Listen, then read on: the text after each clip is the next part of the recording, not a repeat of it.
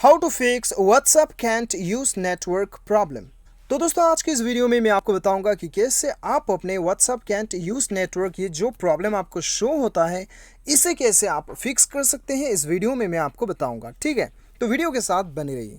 तो दोस्तों यहाँ पे बैक चलना है। बैक जाने के बाद में आपको जाना है अपने मोबाइल के सेटिंग्स पे और आपको स्क्रॉल डाउन करके एकदम नीचे आना है, इंस्टॉल्ड ऐप्स पे जाना है या फिर ऐप मैनेजमेंट कह लो। उसके बाद यहाँ पे आपको व्हाट्सएप सर्च करना है और क्लिक करना है। उसके बाद यहाँ पे आपको रेस्ट्रिक्टेड डाटा यूसेज दिखाई दे रहा होगा, ठीक है, या फिर डाटा यूसेज, यहाँ पे क्लिक करना है। उसके बाद में वाईफाई मोबाइल डाटा सेलेक्ट करके ओके कर देना आपको।